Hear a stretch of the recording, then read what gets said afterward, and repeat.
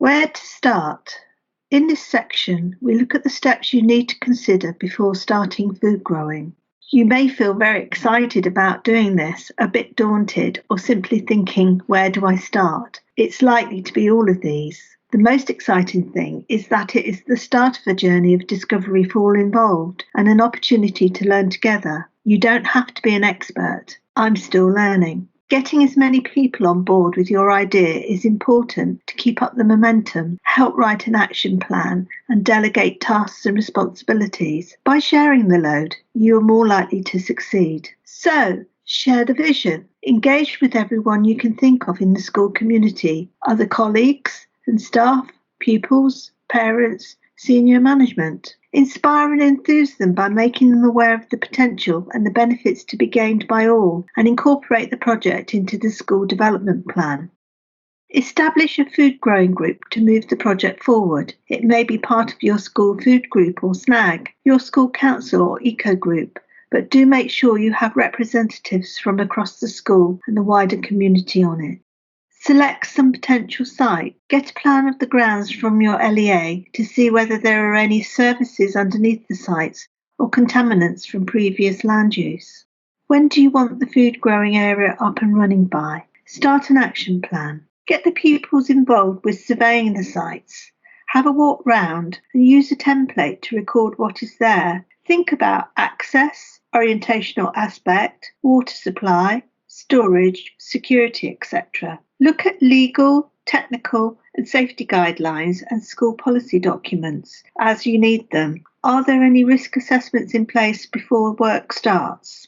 Do a skills audit across the school community, managers, staff, parents, governors, PTA. Who has gardening knowledge and skills?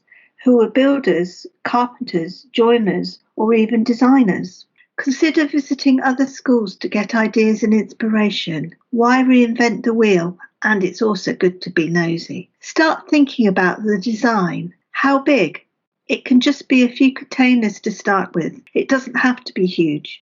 What soil do you have? Is it clay, silty, sandy? Is it wet or free draining? How much light does it get? And are there any permanent features such as large trees you have to work around? Think about the purpose of your food growing area. Is it just to grow produce or herbs, to attract wildlife, or does it need to be sensory as well? And what subjects will you use it to teach? Science, maths, art, English, geography, etc. Who is it for? Just the pupils, or is it for the staff and the local community? Decide on the design. Will you hold a competition?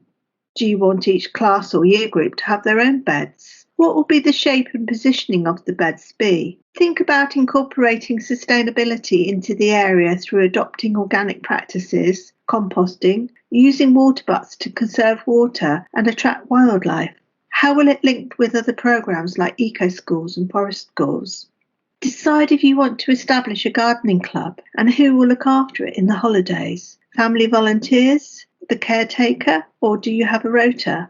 Most schools start with zero budget, but gradually build up their resources through donations, competitions, and small grants. It provides a great opportunity for pupils to write to local companies and organisations asking for donations and help. The worst they can say is, no, we can't help you on this occasion, but more often than not, they are happy to help.